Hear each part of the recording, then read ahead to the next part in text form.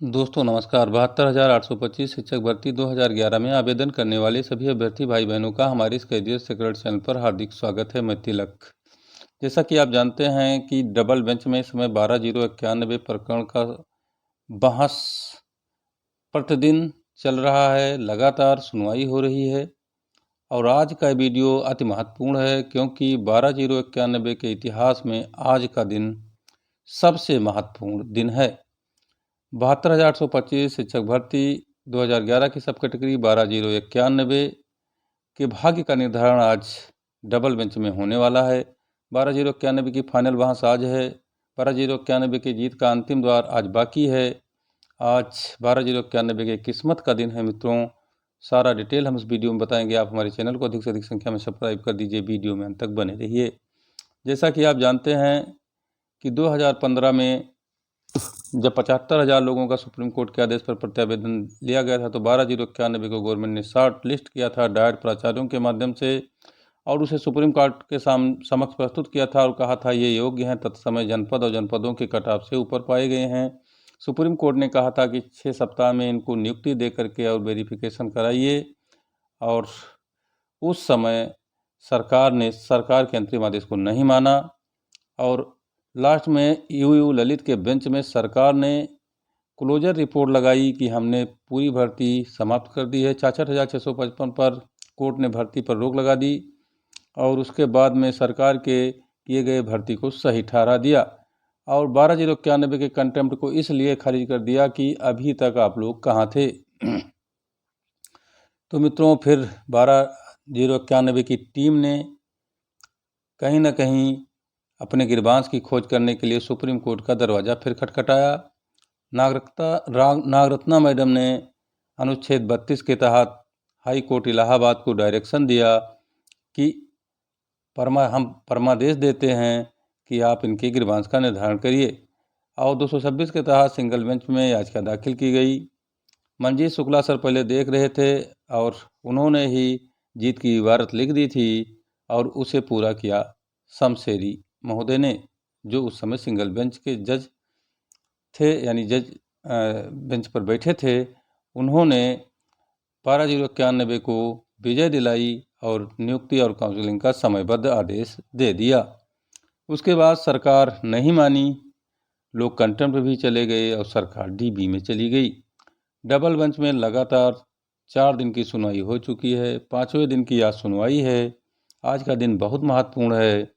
हम आपको बता दें कि जो फोटो आप विजुअल में देख रहे हैं ये हैं अश्विनी कुमार मिश्रा। अश्विनी कुमार मिश्रा के बेंच में ये सुनवाई हो रही है और इनके साथ जज रिजवी इनका साथ दे रहे हैं और 4 दिन की सुनवाई हो चुकी है मित्रों। पहले दिन आप जानते हैं कि इंट्रोडक्शन हुआ केस के लिए। दूसरे दिन सरकार के वकील ने याची पक्ष के वकीलों को कंटेम्प्ट रिव्यू के मद्देनज़र उलझाया, लेकिन दूसरे दिन ज़बरदस्त 12,091 के वकीलों ने वापसी करते हुए और कंटेम्प्ट रिव्यू के मामले को सुलझा दिया और जज को संतुष्ट कर दिया।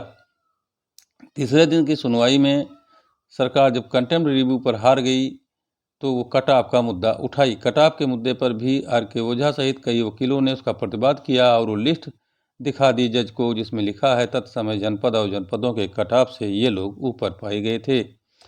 तो मित्रों फिर चौथे दिन की जब सुनवाई हुई तो फिर कटाव का मुद्दा 2011 से लेकर के आज तक के इतिहास के बारे में सरकारी वकील प्रकाश डालते रहे और उन्होंने कहा कि बीएड इस समय प्राथमिक शिक्षक भर्ती में शामिल नहीं हो रहा, इसलिए हम इनको नहीं शामिल कर सकते।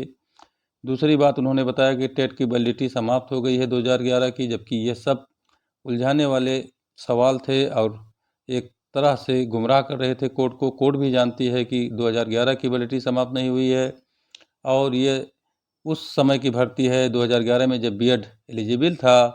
तो इस मुद्दे पर मुंह की खानी पड़ी है सरकारी वकील को मित्रों। अब चूंकि आज का जो मुद्दा है उस पर हम आते हैं। हम आपको बता दें कि जो सरकारी वकील है उसको यानी सरकार को कोर्ट ने पूरी तरह सुन लिया है। अब बहुत कुछ बचा नहीं है उनको सुनने के लिए, इसलिए आज जो मोस्ट सीनियर हैं सबसे पहले अशोक खरे सर को कोर्ट सुनेगी। उसके बाद में अनिल तिवारी सर को सुनेगी, उसके बाद में गजेंद्र प्रताप सिंह को सुनेगी और हो सकता है अन्य वकील को भी सुने, लेकिन 3 वकीलों को सुनने की ज़्यादा संभावनाएं आज बनी हुई है। और हो सकता है कि याची पक्ष के वकील से कोर्ट कुछ तीखे सवाल भी करे, लेकिन फिलहाल जो रुख है कोर्ट का 12-0-91 के विजय की ओर है। यानी कल कोर्ट ने कह दिया कि हम कल मामले को डिसाइड कर देंगे, तो कहीं ना कहीं सरकारी वकील को दबाव में लाने के लिए ऐसा कहा होगा, क्योंकि पक्ष कमज़ोर उन्हीं का था।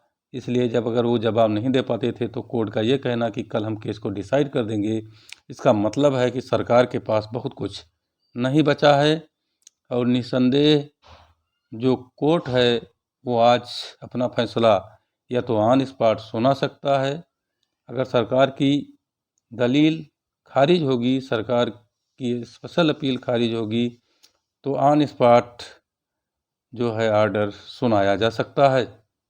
लेकिन यदि आर्डर में कोई ट्विस्ट होगा, कुछ शमशेरी जी के निर्णय में मॉडिफिकेशन करना होगा माननीय डबल बेंच को, तो ये कहीं ना कहीं आर्डर को रिजर्व करेंगे और आर्डर 1 सप्ताह या 15 दिन के अंदर सुनाया जा सकता है, जैसा कि हाई कोर्ट की रीति रही है। और मैं आपको बता दूं कि 12-0-91 की कहानी बहुत रोचक है और अंतिम पायदान पर है, क्योंकि लड़ाई का भी अंत होता है मित्रों। बार बार हार रही सरकार के पास अगर डबल बेंच से हारती है तो सुप्रीम कोर्ट का ही एक रास्ता बचता है, लेकिन सुप्रीम कोर्ट का जो परमादेश है, सुप्रीम कोर्ट के ही दिशा निर्देश पर एक सुनवाई की जा रही है।